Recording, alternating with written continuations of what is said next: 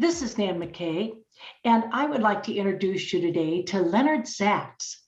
Leonard is the CEO of the Hamilton Partnership, a nonprofit organization that led the effort to create the Paterson Great Falls National Park in his hometown of Paterson, New Jersey. Leonard was a partner in the Washington office of the law firm of Latham and Watkins, where he chaired the finance and real estate department. After more than 25 years in private practice, what began as a small pro bono project led to his giving up a corner office overlooking Pennsylvania Avenue for what quickly became the most challenging and exciting phase of his professional life. So welcome, Leonard Zax. Well, it's good to be with you. Leonard is a member of the American Academy of Housing and Communities. Your career began in government service at HUD and then continued in private law practice, city planning, university teaching, and now the nonprofit sector. So tell us more about that small pro bono project that grew into this exciting phase of your life. Well, as I tell my kids who are interested in things like strategic planning for their future lives, I tell them that you have to understand that the last strategic plan that anyone in our family implemented was when my grandfather left Russia at the beginning of the 20th century. A lot of life is really serendipity. If you choose positions in government or in the private sector that are personally and professionally rewarding to you, then don't worry about the next step. Don't worry about how you'll be well positioned to leap for something else, because a lot of life is serendipity. And that's exactly how this pro bono project would cause me to leave my day job, request of my partner's early retirement, talk with my family before I did it and say, it won't affect how mom and I live, but you'll have less money as a result because the nonprofit sector, shocking as this may sound, pays dramatically less than being a partner in one of the biggest law firms in the world. My kids said, that's fine. We never thought it was cool in Washington, D.C. to go to Georgetown Day School and say, in response to questions from friends, what does your dad do? Oh, he's just a lawyer at some big law firm. They think either they want to save the world or save our nation. And they think it's cool that I am trying to save my hometown. Absolutely. So when I first took on this little pro bono cause, my partners and pretty much everyone else said, the White House opposes it. The Interior Department has spent $300,000 studying why this site should not be a national park. And you think you can lead an effort to change it? And I said, yeah, I actually do. But I was in any event going to try. I was not going to give this one up without trying, because the pro bono projects that I had worked on earlier in life were often projects that I like to think I was particularly good in helping clients, in solving problems. But in fact, there were a lot of other partners in major law firms in Washington and New York and California and Chicago who could have done basically just as good a job as I. And they would be prepared to do it. But with respect to the effort, to not only create a new national park in this gritty, decaying, sadly, industrial city in a post-industrial era, to use the resources and public attention that a national park would create to actually begin to transform the tainted image of a distressed city for investment, for study, for living, for working, for visiting. I thought we had a shot at doing that. And to borrow from a certain Broadway hit musical, I wasn't going to throw away my shot.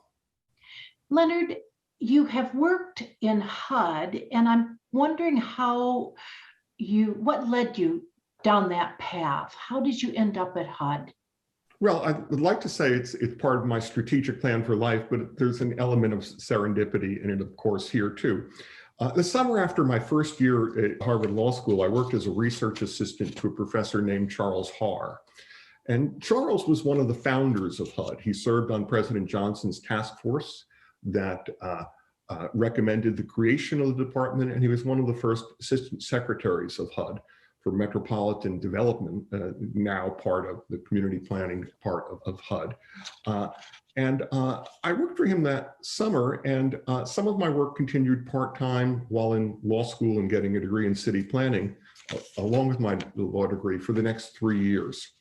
And for Charles, I worked on federal urban policy. I worked on a book he was doing on the Model Cities program.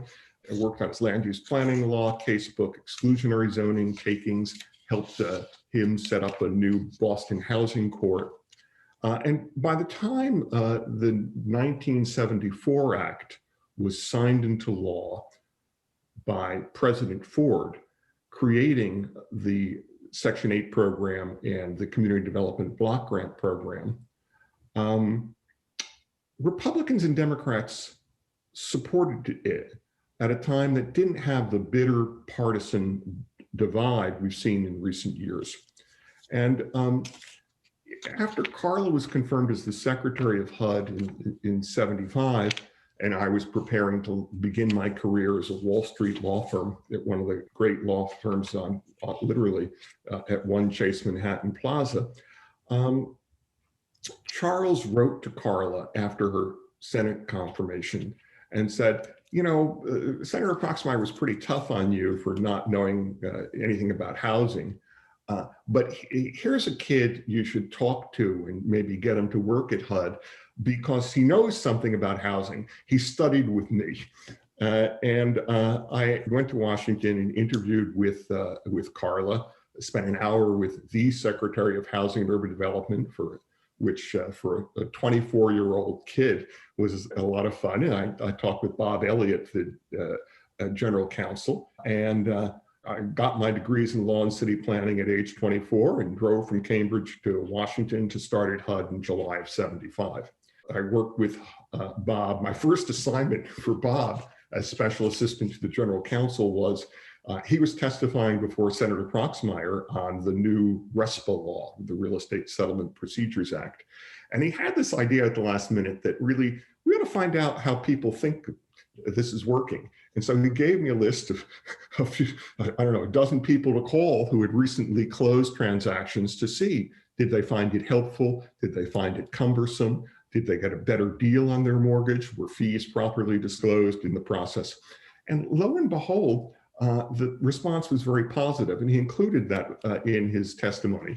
And Senator Proxmire, in one of his rare public praises of HUD, praised Bob and HUD for undertaking this study, which was really a dozen phone calls by me, to really show how the law on the books was actually working in action. And I would continue to work on a number of special projects as special assistant to the general counsel. I joined Don Glassgoff, another senior hire at the time, to meet with Mayor Richard J. Daley, the senior, on a controversial matter in Chicago, where we negotiated a settlement concerning the sale of houses that the HUD would wind up owning in Chicago. And I think one of the other exciting points that time was that I served on we called it the HAP Section 8 Task Force, one of a series of task forces that the secretary set up to begin resolving the tough policy issues in the law, get regulations out, and begin implementing the law. Because when Carla got to HUD, HUD was properly criticized for not getting regulations out under these new programs. And these were enormously important programs. And we went to work advising her so she could make informed policy decisions and get regulations out promptly. That was a very exciting time, I think, to be at HUD. And Carla and her team set deadlines and enforced them and monitored progress, set goals, and managed the path to reaching them.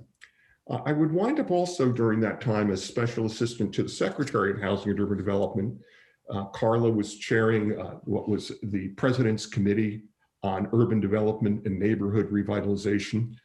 It included the other cabinet officers who had major programmatic activities in cities, including William Coleman, the Secretary of Transportation, who had the Urban Mass Transit Administration under him, and Elliot Richardson, the Secretary of Commerce, who had EDA, the Economic Development Administration. And we would gather in the conference room at HUD, and here you've got several members of the President's Cabinet, the Secretary of Housing and Development, me. Each of them had some fine staff people, more senior and wiser and experienced than I was. And we worked together to craft a set of principles to guide the federal role for cities going forward. Cities had a lot of problems, and the question is, okay, well, what are we going to do about them? What principles would we recommend the federal government adopt? How could we, as William Coleman put it, implementing programs at HUD, he felt, well, I wanted to come across the street and see how my friend Carla's implementing her programs, because I got billions of dollars that I'm spending. She's got billions of dollars that she's spending. And if we work together, maybe we can do more good. That showed that at the highest level of government, you could get good people with very, very talented staffs working together to not only talk to each other, but talk about how they could maximize the benefits of what were really considerably large sums of federal money, even in an age of federal scarcity. The other thing I remember vividly was that Carla wound up the chair of the US delegation to the United Nations Conference on Human Settlements in Vancouver, called the Habitat Conference, would lead to the establishment of the UN Habitat Center in Nairobi and a series of follow-up meetings in Istanbul and Quito, among other places. And I helped Carla organize for that US delegation that she led, and wrote a series of memos, gathered the briefing materials. And I remember going to a meeting with her, and she said, this is really good. You write the brief, I used to say in law practice, you go to court. So you're coming with me to Vancouver. And we spent, she was there for 2 of the 3 weeks. She kind of go back to Washington for a week. But I worked really with members of the US delegation, very distinguished members, and also non-governmental organizations in Vancouver. What was an inflection point, I think, in US participation in international conferences involving housing and urban development. Because gone, I think, in the not so distant past, was the idea massive slum clearance, widespread demolition, tall high rises was the message that the United States would convey at meetings like that. And here we came to a time that really felt preservation matters. We should tear down only where we need to. And that in particular, the concentration of large numbers of people, particularly poor people, in high-rise public housing is only a concentration of large problems in high-rise. And so the effort to have greater preservation, mixed income, scattered site housing, and a sense that indigenous building materials are often better than the modern building materials of the time was really a turning point for the US. And we didn't go with the sense that, okay, we're going to show you how we do it so you could do it. We went with a spirit of, we've come to work with you and share with you our successes, but also our failures. And there'll be, in the course of the coming conference, an opportunity for you to see where we had, let me be clear. You will have an opportunity to see where we made major mistakes and where lessons can be learned. And that was not the history of US participation in conferences like this in the past. But it would, I think, begin to characterize the spirit of US participation, not only in 1976 in Vancouver, but for many, many years thereafter. Well, you have worked on the largest transactions in the history of the Washington region, including the $1 billion city center redevelopment of the former DC Convention Center site and the hotel and convention center development on the Potomac River at National Harbor. So tell us, what were some of the takeaways from those developments? Well, I think the takeaways from large, complex development projects are you have to work hard, and it takes a village. You have to organize a team of lawyers and sometimes planners and sometimes investment bankers and lenders and community leaders to take a developer's idea and a developer's money to leverage greater sums of assistance, sometimes from government, sometimes from other private sector sources, in order to build large mixed-use projects that can transform the landscape of a city, a neighborhood. In some instances, the work I did involved in Native American reservations. And hopefully, in all of those places, in some way improve the quality of life there. So we put together teams. I led teams. I went into negotiations and learned that if you're prepared to negotiate for one day longer than anyone on the other side of the table, that in due course, you would prevail. Yes, there'd be compromises, there'd be give and take, but turning a situation which sometimes starts as an adversarial relationship into a win-win takes time, it takes effort, it takes being nimble, it takes talent, and it takes commitment. And that's how all of my work is done, which started with $4 million, 100-unit apartment projects as a young associate in law practice, and would go on to a $1 billion transaction. And then a year later, another $1 billion transaction. And then another year later, another $1 billion transaction.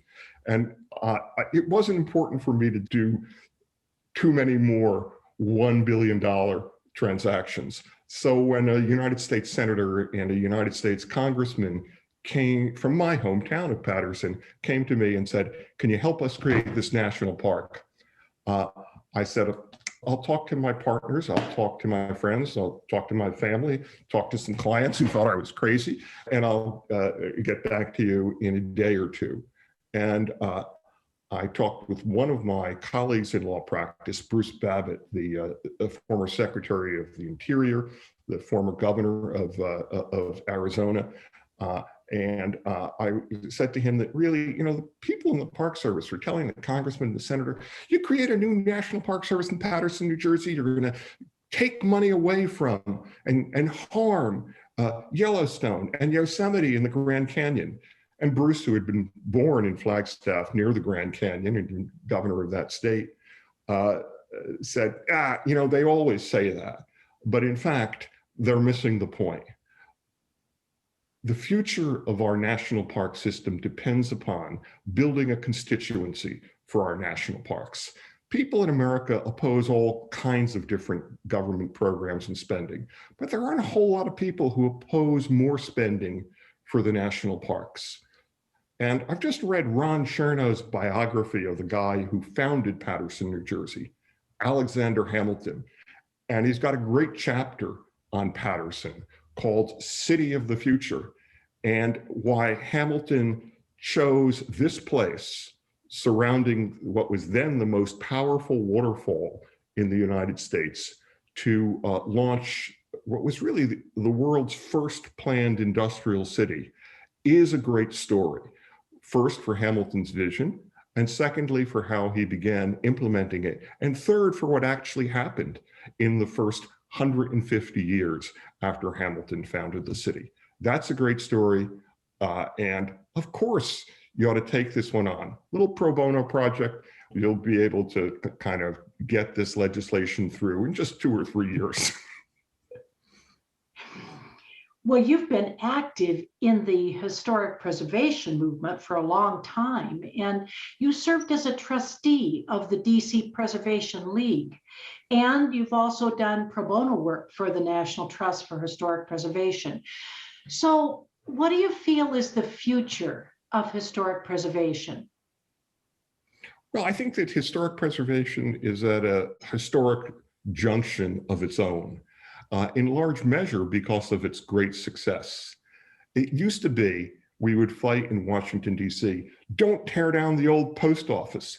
Don't tear down the Willard Hotel. Don't turn down all these wonderful, magnificent historic structures. Don't harm these wonderful historic districts. And after some years, and many cases, including one going up to the United States Supreme Court, historic preservation became a core value of our society and of cities and states and the federal government in so many different places. But now, the real problem facing the historic preservation movement is not whether this great architectural masterpiece or historic building is going to be torn down. Those places are pretty safe. The real problem is that millions of Americans, tens of millions of Americans, maybe hundreds of millions of Americans feel little or no connection to historic preservation or the historic preservation movement.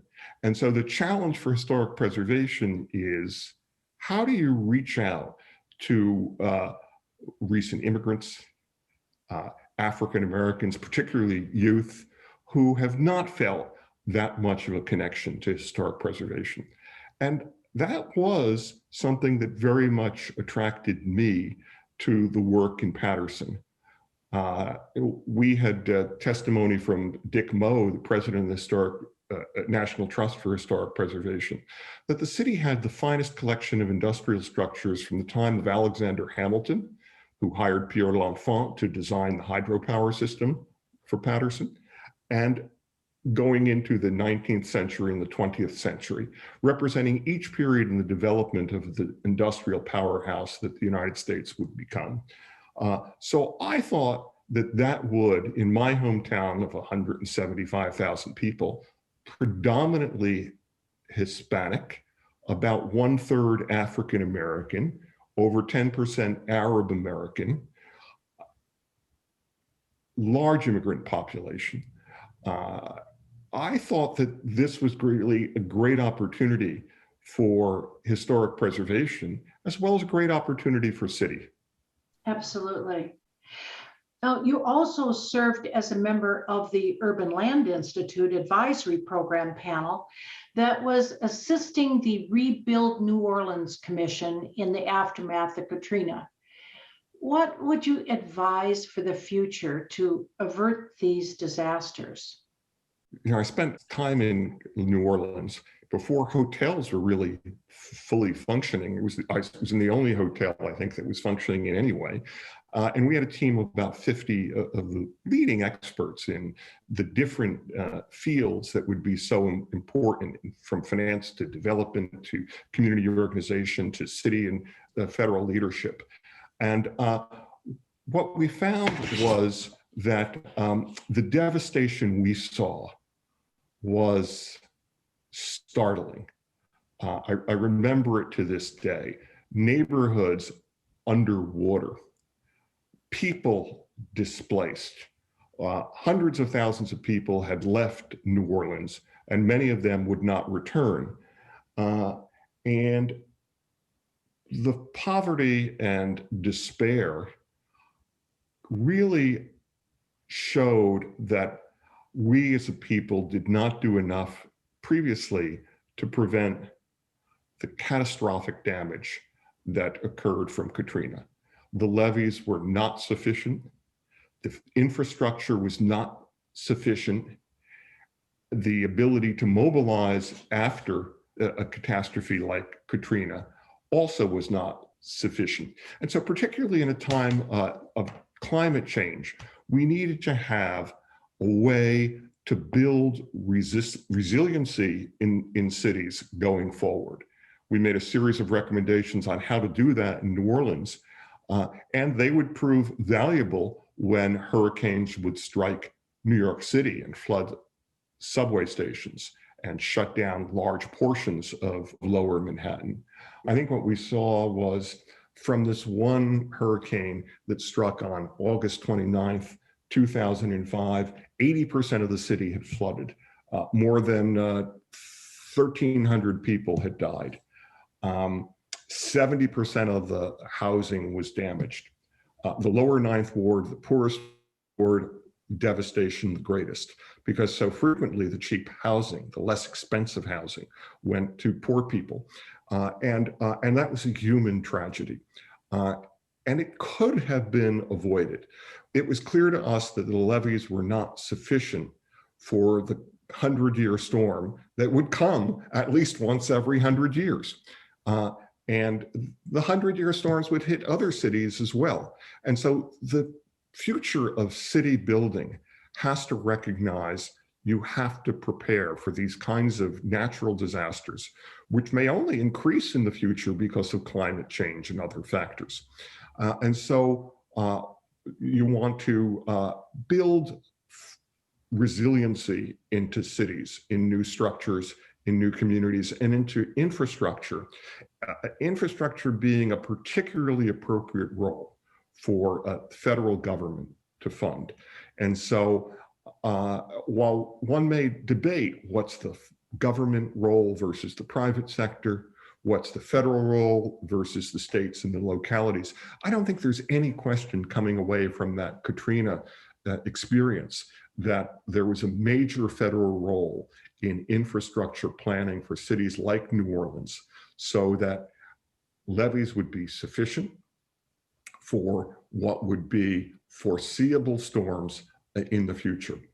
And that we ought to make a special effort to not have people living in harm's way, because it was quite clear from the mapping of the way New Orleans developed that the areas that were settled first were the safest.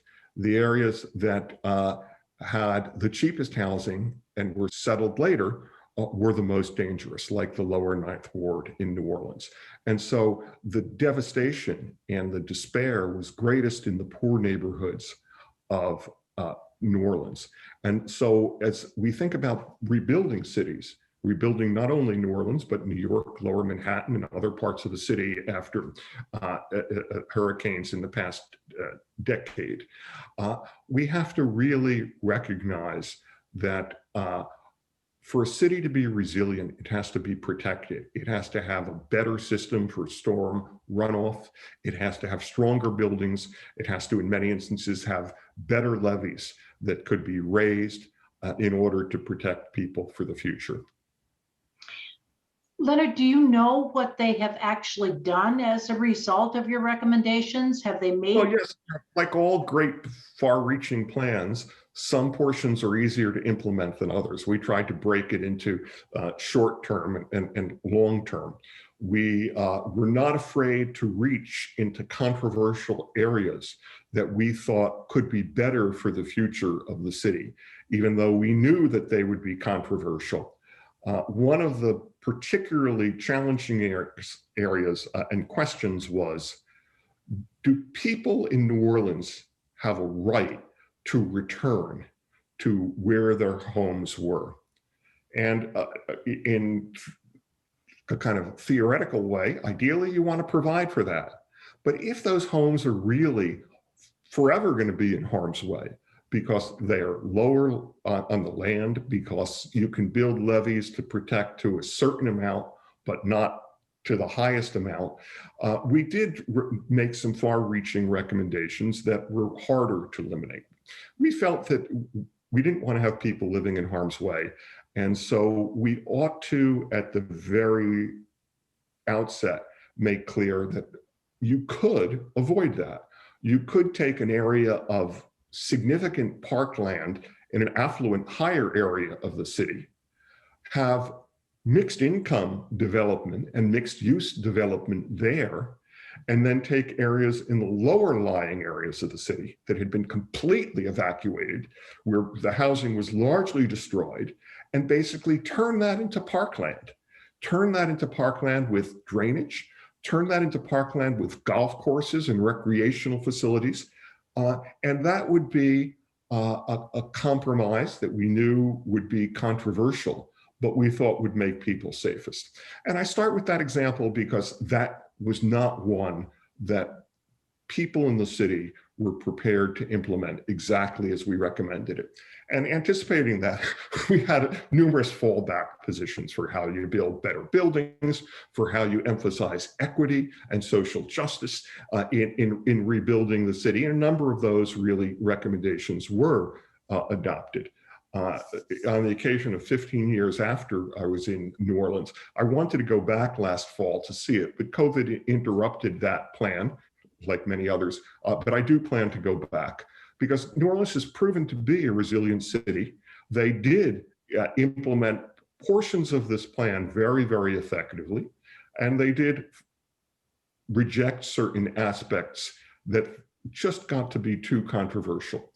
And in my view, they didn't move quickly enough. You don't want to move too quickly because the first rule should be do no harm.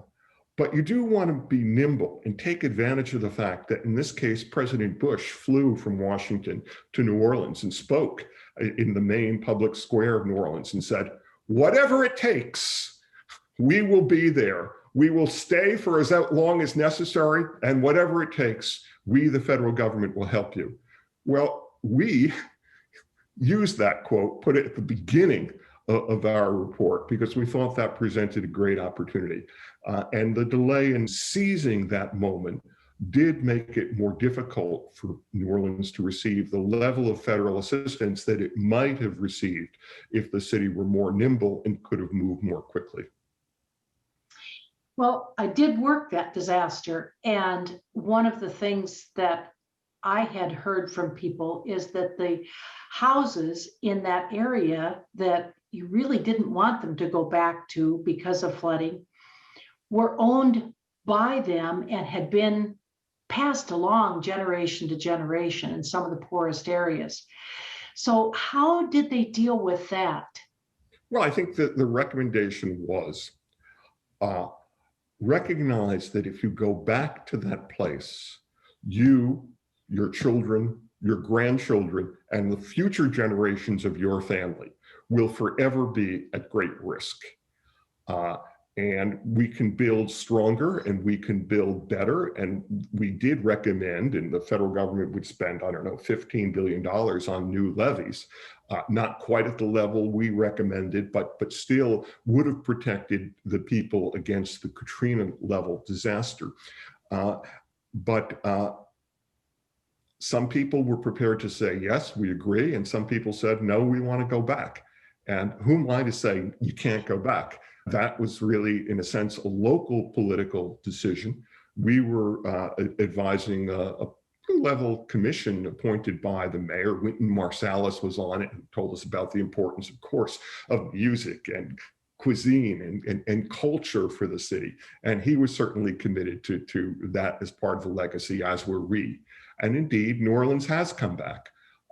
It would have been nice to get more federal assistance, but you know, I've taught urban planning, and part of the mantra where I taught that in Harvard Design School was coined by my friend Gerald Caden, who headed the department, and that is, to plan is human, to implement is divine.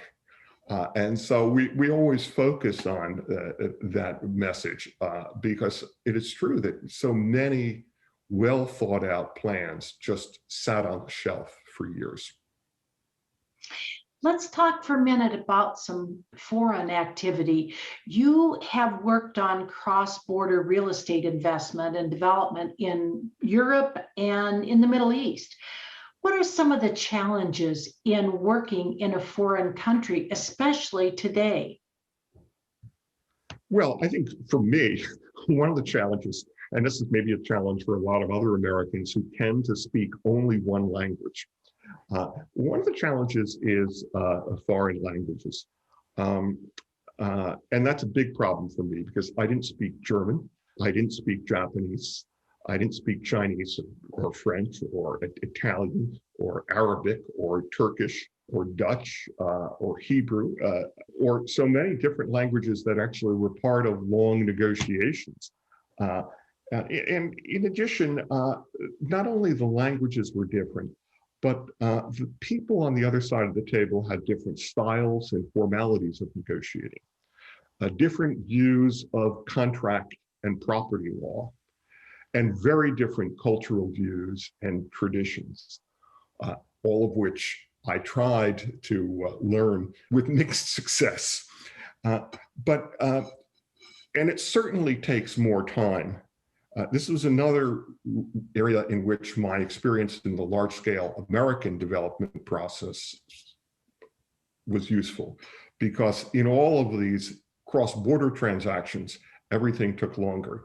And I had to be prepared to negotiate one day longer than the other side was prepared to negotiate. And so I would rely on hotel laundries, lots of toothpaste, and occasionally, if there were strikes abroad in hotels, carrying my own baggage and washing my own clothes. But we were working toward common goals.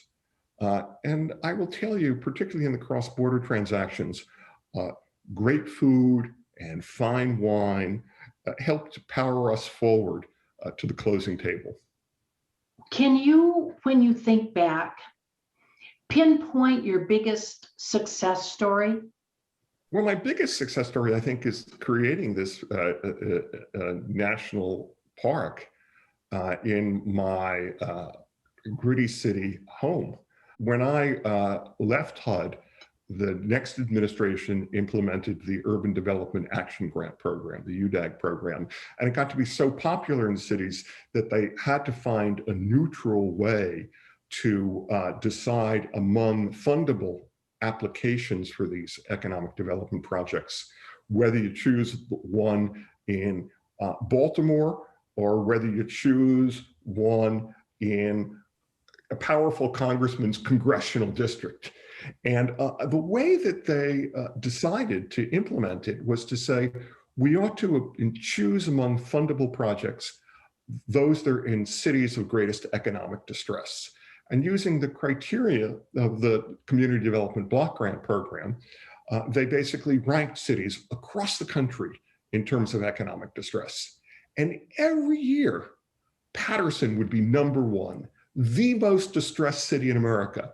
We would beat out Newark, Camden, Detroit, Cleveland to rise to the top in terms of urban distress. I will tell you, going back to my hometown, which was in bad shape when I left to go to college, and would continue to spiral downward. And my parents would continue to live in the same house that my grandfather built, literally with his own hands, for the arrival of his first grandchild, me, in Paterson. And my parents toughed it out, but Paterson would spiral downward, and the streets around my high school, Eastside High School, immortalized in the movie starring Morgan Freeman as the wild and crazy principal who imposed discipline with a baseball bat. The streets around Eastside High School burned when I went to high school there in riots in the 60s. The middle class fled to the suburbs. Downtown was supplanted by suburban shopping malls, and the poor were locked in the inner city by such tools as exclusionary zoning and discrimination on the basis of race and wealth. And so the idea was we not only create this national park and use it to transform the image of the city as a place to work, live, study, grow up in, build a life, and invest, but also to engage youth in the future of the city through education about its glorious past, and provide them with recreational activities in a city that's, I think, the second most densely populated in terms of occupation of land in the country. Engage people in recreational activities and connecting the outdoors, the great American outdoors in this gritty industrial city with a spectacular 80-foot high, 300-foot wide natural wonder at its historic heart. So we're on to some big stuff. We've got the national park designation. We've got many, many acres of new trails and many more to follow. We have ramped up to, I believe, last year, 2020, during COVID, all national parks in the country had major declines. We had tremendous increase in visitation from day trippers from New York, among other sources. And so we have now 370,000 people who visited last year. This still relatively new national park with only 8 of what will be over 50 acres built out in new trails and landscaping. We also have not only brought this park to the city, we also have added to the park a historic Negro League stadium, which was the home field for the New York Black Yankees and the New York Cubans in Negro League baseball. We put it in the park boundary. We created a state program that would provide assistance to Paterson to complement the park. And in so doing, we were able to secure many other donations to build a $25 million Alexander Hamilton, the founder of the city, visitor center, but also to use the tax credit program we created and other forms of government assistance to restore this historic stadium, which has not had a viable playing field or safe place for audiences for the past 25 years. So we'll break ground on both of these projects, the restoration of the historic stadium, the only stadium in the national park system, and the Alexander Hamilton Visitor Education Center later this year. So the best is yet to come. Come visit. Well, Leonard, we really appreciate you taking the time to tell us these things today. And I just think it is so interesting that you are finding the thing that is so important to you now, and that is really creating the history, especially in the form of a park, and form of the creating the changes in the area that you grew up in, that I really admire what you're doing and appreciate the tenacity that you probably have to continue on, and the vision, the insight. It's really been helpful.